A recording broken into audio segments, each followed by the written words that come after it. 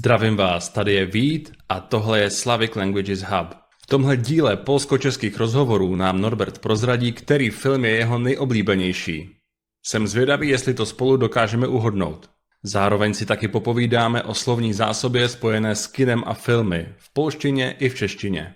Poslouchejte, bavte se s námi a uvidíte, kolik toho pochopíte. Začínáme. Tak jo, já se tě zeptám nejdřív, kdy ten film vznikl?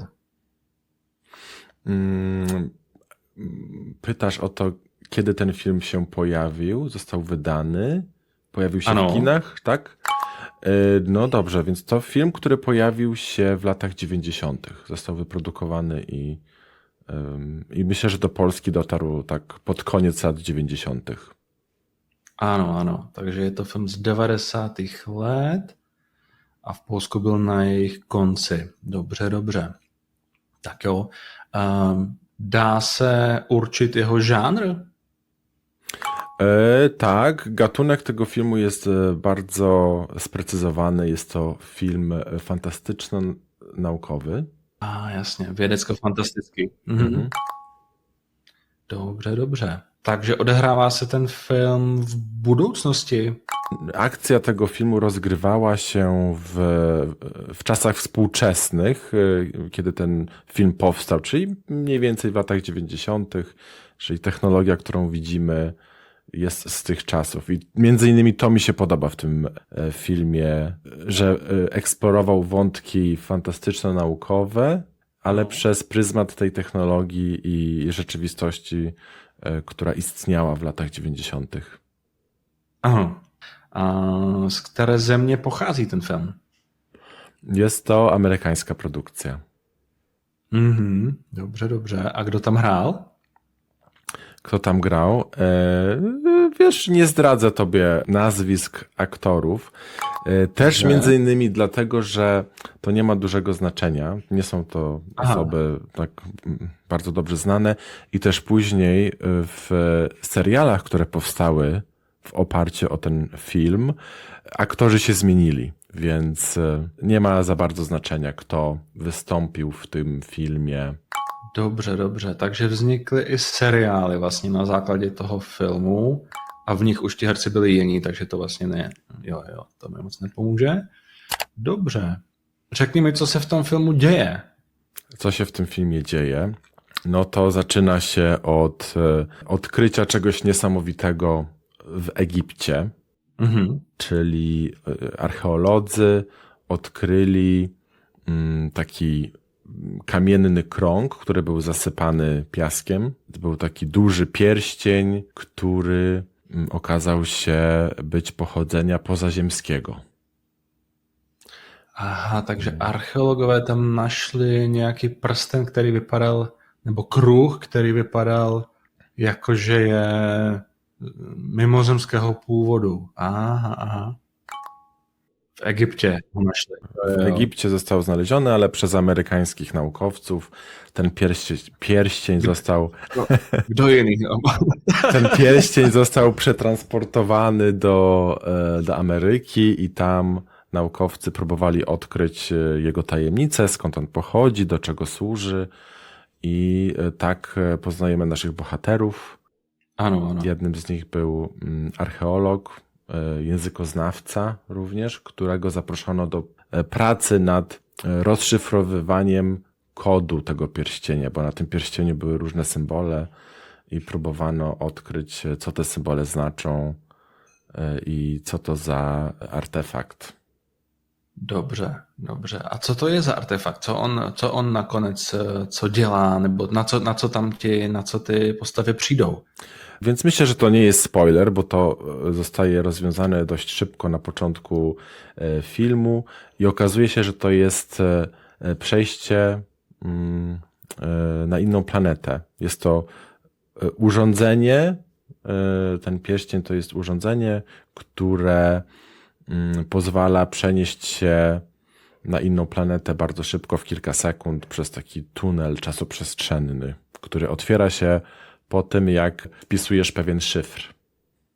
Jasně, takže ty tam musíš napsat nějaký kód, nějakou šifru a ten kruh tě přenese na jinou planetu. Jo. A na tom kruhu je nápis, nebo jsou tam symboly. Są symbole, nie ma jakichś napisów Jasnie. konkretnych, tylko symbole, które pozwalają wpisać adres planety, do której chcesz się przenieść. Ano. A myslím, že jsou tam i planety, které vypadají jako Egypt, ne? Jest tam planeta, która wygląda jak starożytny Egipt, to znaczy kultura, którą tam zastajemy, przypomina kulturę starożytnego Egiptu. Tak, myślę, że idziesz w dobrym kierunku. Tak. No, já si myslím, že jsem neviděl film, ale viděl jsem ten seriál. No, já myslím, že tam jedna z těch postav, možná, že to je dokonce ten lingvista, ten doktor, takže to je tam Čech, že ta postava je Čech.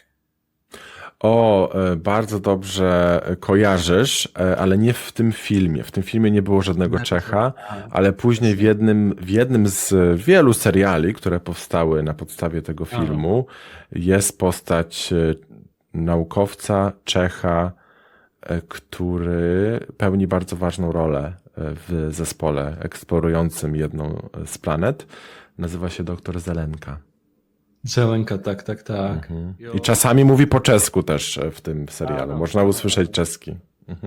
A když se podíváš na YouTube, tak můžeš vidět sestřihy s tím doktorem a někdo sestříhal ty chvíle, kde mluví česky, ale on mluví česky, i když ostatní mluví anglicky, tak on občas řekne něco česky.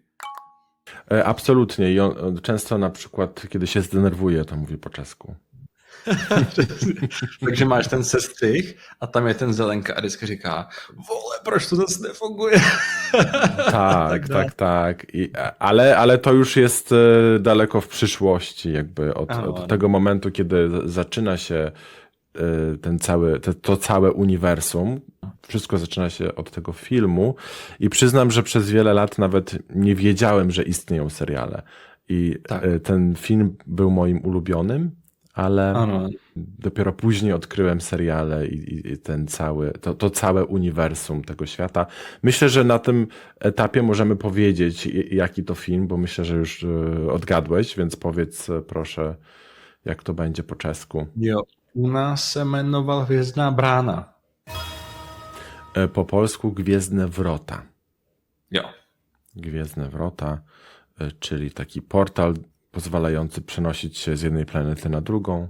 I to był bardzo ciekawy koncept, który rozbudził we mnie zainteresowanie tematyką fantastyczno-naukową. Ano. To by mě zajímalo, protože my můžeme říct, že kniha je vědecko-fantastická, nebo film je vědecko-fantastický, ale to je strašně dlouhé slovo. Tak. Takže máme vlastně tu anglickou zkratku, ale čteme ji jako českým způsobem. Takže kdybych já říkal nějakému Čechovi o Hvězdné bráně, tak by říkal, no to bylo to sci-fi. Sci-fi. No po polsku mówimy sci-fi czasami. Często. Ja używam tej polskiej formy teraz dla potrzeb też tego filmu, żeby się wszyscy dowiedzieli, jak to brzmi po polsku. Ale z tego, co tam się orientowałem, to nie jest dokładnie to samo. Jeżeli ktoś chce naprawdę się w to zagłębić, czym jest literatura czy film fantastyczno-naukowy po polsku i po angielsku, to są tam pewne różnice. Ale myślę, że w tym filmie nie będziemy tego eksplorować. A pak by mě zajímalo, jestli nebyla před ním ještě kniha, před tím filmem. Przyznam, że nie wiem, czy była, ale wydaje mi się, że nie, że to wszystko zaczęło się od tego filmu. Filmem, tak. A čím tě to tak chytlo? Čím se ti to tak zalíbilo? No, zainteresował mnie ten film bardzo, bo to było coś, czego nigdy wcześniej nie widziałem, jeżeli chodzi o fabułę tego filmu, że ona była taka bardzo rozbudowana, łączyła elementy podróży na inną planetę ze starożytnym Egiptem i wtedy też byłem jeszcze młody, miałem może też 11-12 lat, kiedy to obejrzałem. Byłem pod wrażeniem efektów specjalnych. Tak. I od tego praktycznie zaczęło się moje zainteresowanie tym gatunkiem, tego rodzaju tematyką, podróżami też, eksploracją innych światów, innych krajów, innych języków. Także do dzisiaj pamiętam ten film i cały czas też śledzę, co się dzieje w tym uniwersum. I bardzo chętnie oglądam seriale i czekam na nowe, jeżeli się pojawią. Mě hodně vlastně z těch filmů ze stejné doby a taky takových těch science fiction nebo těch vědecko-fantastických, tak hodně na mě udělal dojem Matrix, jasný. Matrix też jest ciekawym filmem, ale też dopiero później go odkryłem, bo też mam wrażenie, że tego rodzaju filmy trzeba obejrzeć kilka razy, żeby naprawdę je zrozumieć i za każdym razem, kiedy je oglądasz, to zauważasz coś innego, bo też To jo. zmieniasz się, dojrzewasz, dorastasz i rozumiesz więcej. Tak samo było z tym filmem, o którym mówię, Gwiezdne Wrota. Kiedy obejrzałem go jako nastolatek, to podobał mi się bardzo, ale nie do końca rozumiałem, o co w nim chodziło. Dopiero kiedy go obejrzałem kilka lat później, to zauważyłem o wiele więcej i rozbudziło to ještě większe zainteresowanie tym filmem. No, to určitě. Takže budeme moc rádi, když nám napíšete v komentářích, jestli máte rádi Hvězdnou bránu, co si o ní myslíte, jaké na ní máte vzpomínky, jaké s ní máte zážitky. A pokud vás zajímá, co je zase můj oblíbený film, tak na tomhle kanále najdete video, kde se to dozvíte. Mějte se pěkně.